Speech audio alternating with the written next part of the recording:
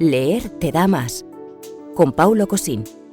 El Club de Lectura de la Sociedad de la Nieve.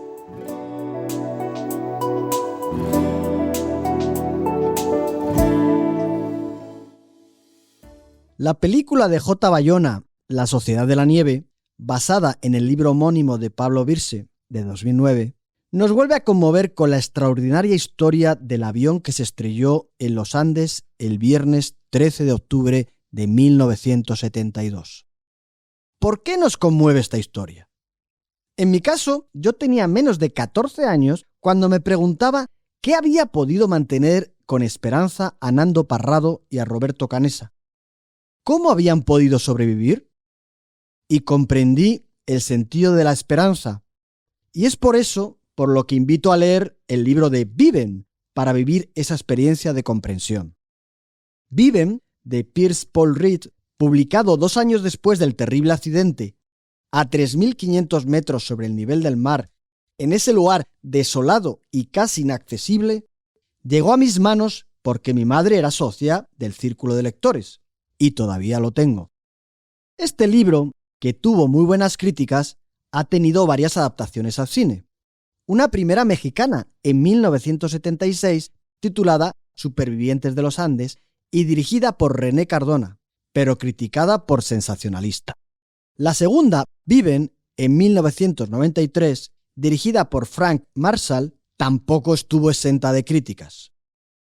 En las charlas que doy a jóvenes, al comenzar les pregunto ¿a quién no le gusta leer?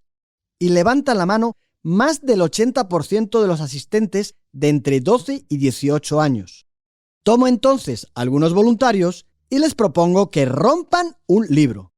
No solo no les cuesta destrozarlo, sino que son animados por todos sus compañeros. Luego les hablo de muchos temas que les hacen pensar en la importancia que leer tiene para sus vidas. Y antes de terminar, narro lo que el libro de Viven significa, significó y significará para mí. Y por lo que les cuento, veo que también a ellos les importa. Termino dándoles a los que rompieron el libro mi ejemplar de Viven, preguntándoles si lo romperían. Sigo con él intacto. No lo rompen, entre otras cosas, porque les cuento algunos momentos de esta historia con los que aprendí el sentido de tener esperanza. El final de la historia ya lo conocen. A los 71 días del accidente y después de una agotadora marcha entre las nevadas montañas de la terrible cordillera andina, con temperaturas de 30 o 40 grados bajo cero, superando la altitud de 5.000 metros, vientos y aludes, 2 de los muchachos consiguieron llegar a un poblado chileno y salvarse a sí mismos y a sus compañeros. El accidente nos conecta con lo vulnerables que somos.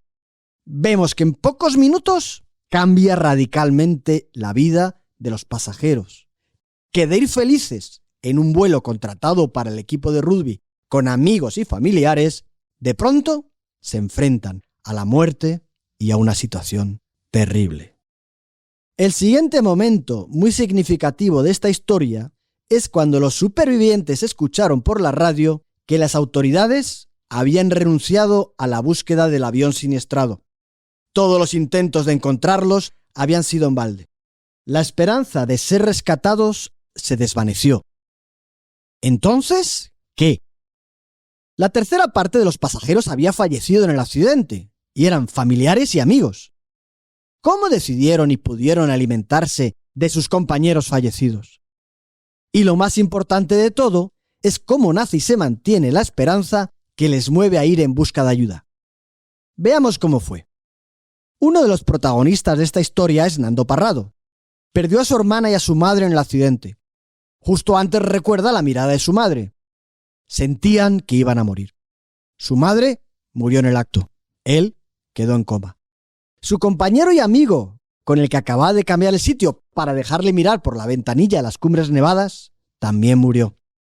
A él le dieron por muerto, pero a los 3 días despertó del coma y a los pocos días, estando ya consciente, pudo estar junto a su hermana cuando falleció.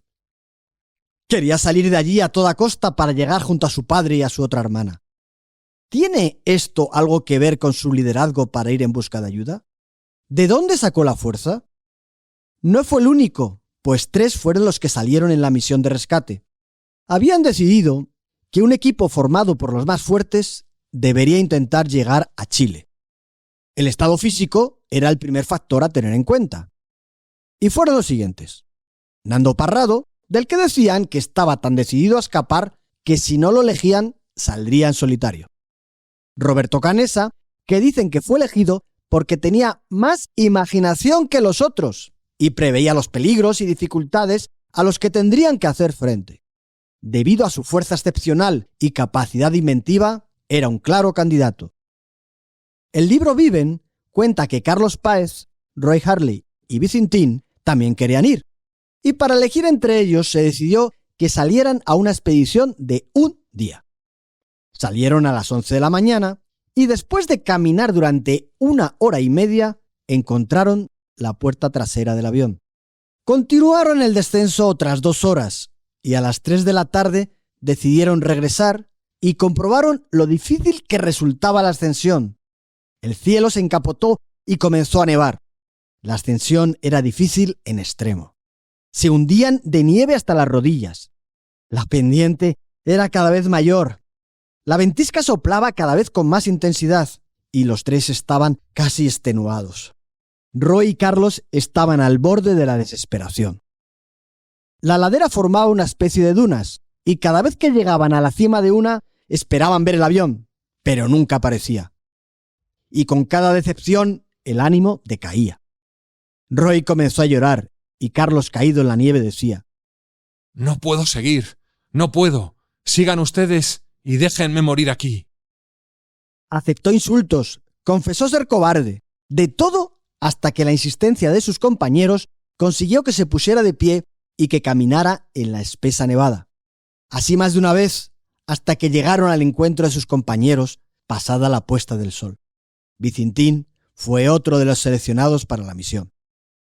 Y el momento clave que cuento en estas charlas para reforzar la narración lo muestro en un vídeo de la película Viven, con el diálogo entre Nando, interpretado por Ethan Hawke, y Josh Hamilton en el papel de Roberto. Nando llega a una cima después de una ascensión excepcionalmente difícil, una pared vertical, subiendo escalones agarrándose con las manos. Esperaba ver un valle con un río y árboles verdes. Lo que vio fue una interminable extensión de montañas cubiertas de nieve.